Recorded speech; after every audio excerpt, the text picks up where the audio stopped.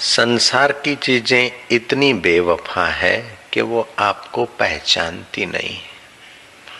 मकान, दुकान, गहने गांठे, रुपए, पैसे मनुष्य को नहीं पहचानते।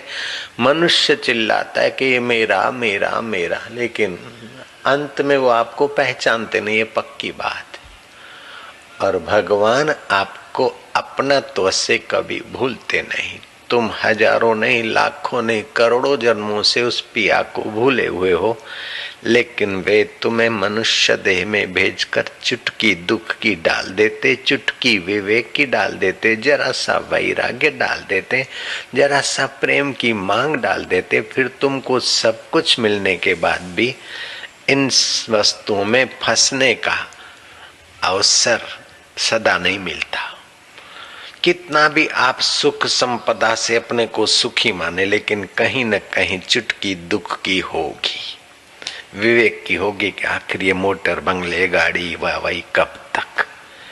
विवेक की चुटकी होगी। कहीं न कहीं या बेटा आपका बेवफा होगा, या तो पत्नी, या तो मैनेजर, या तो इनकम टैक्स का प्रॉब्लम। कुछ न कुछ भगवान ने दे दिया ताकि ये मुझे भूला हुआ मेरे पास आने की क्षमता लेकर भेजता हूँ।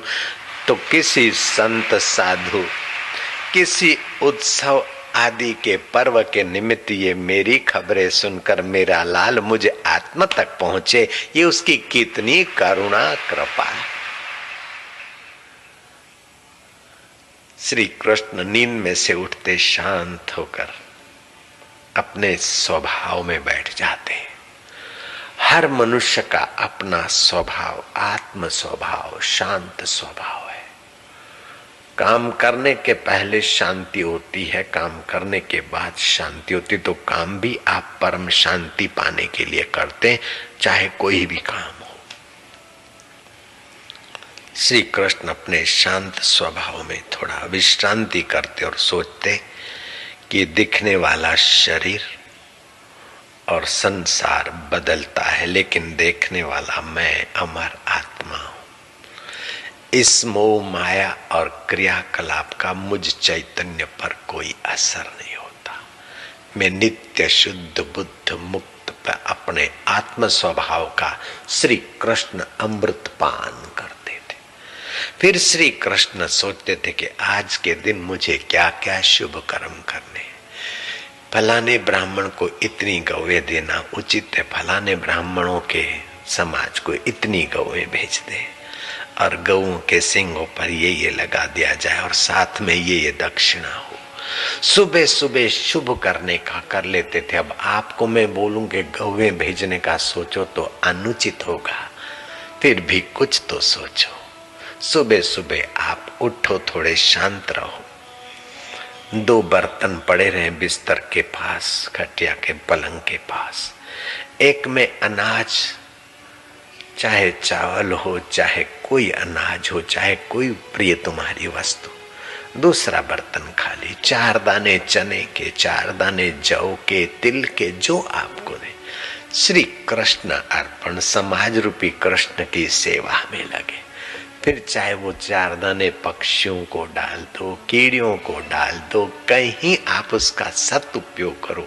सत का मतलब है सत्य स्वरूप, ईश्वर की प्रीति के लिए आप देना शुरू करो। सुबह 4 दाने तो आप दे सकते हैं। अगर 4 दाने गिनकर भी नहीं डाले तो आप 3 दाने डाल दीजिए।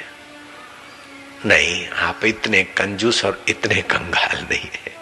आप तो मुट्ठी भर कर भी डाल दोगे, 2 मुट्ठियां भी डाल दोगे, 4 पैसे ही डाल दो, 4 दाने ही डाल दो।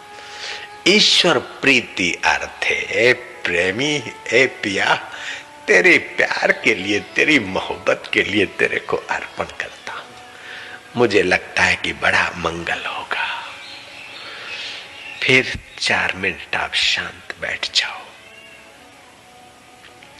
घर में कलह, नौकरी में प्रॉब्लम, शरीर में बीमारी, अथवा उसका उपाय क्या? इन 3 प्रश्नों का उपाय क्या? 1-1 मिनट 3 प्रश्नों पर निगाह डालो और चौथे मिनट में उसका समाधान अंदर से जो आएगा वो आपको दिन भर तो क्या वर्षों भर मदद करेगा।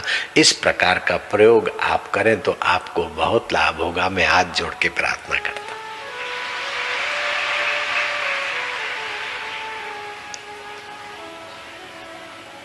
फिर क्या करोगे? है तो दोनों हाथ उसी के, सारा शरीर जीवन उसी का है, लेकिन हम बेईमानी करते कि ये मैं हूं और ये मेरा है। कम से कम सुबह बेईमानी का हिस्सा आधा कर दो। एक हाथ उस प्यारे का और एक हाथ मेरा, मिला दे हाथ।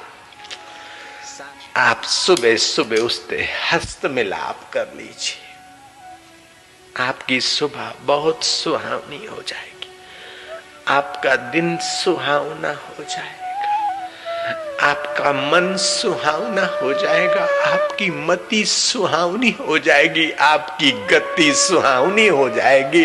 आप ऊंची गति करेंगे। आप फिर शराब कबाब या संसार में पच मरने वाला व्यवहार करेंगे तो वो टोकेगा, वो रोकेगा और आप रुक जाएंगे। एक बार नहीं रुकेंगे तो दूसरी बार रोकेगा, टोकेगा। अगर नहीं रुकते तो वो फिर आपको कोई थोड़ा बहुत, जैसे माँ बच्चा नहीं मानता, बच्ची नहीं मानती प्यार से, तो फिर माँ और बाप और हितैषी कड़ा कदम उठाते हैं।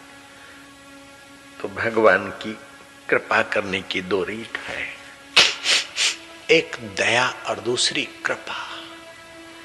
जैसे बच्चे को सुख सुविधाओं का ख्याल रख के व्यवहार करते माता पिता, वो उनकी दया है। और बच्चा बच्ची निरंकुश हो जाते तो माँ बाप उसके साथ कड़क व्यवहार करते हैं। परमात्मा हमारे माँ बाप से भी ज्यादा कुशल कलाकार है।